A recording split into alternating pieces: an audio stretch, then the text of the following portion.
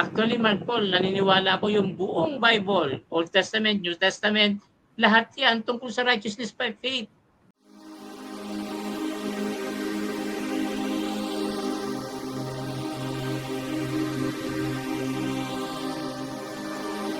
Okay, pero hindi pa tapos yung verse 21, Mark Paul.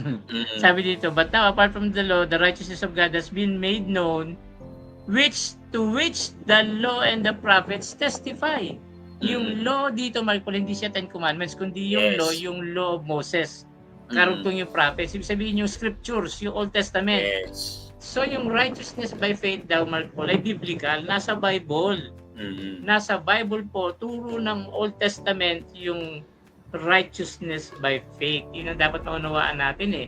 Actually, Mark Paul, naniniwala ako yung buong Bible, Old Testament, New Testament, lahat yan tungkol sa righteousness by faith.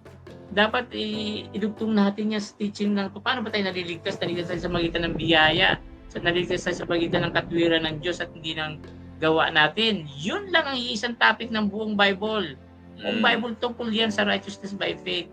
Yan ang sinasabi dito sa Romans 3:21.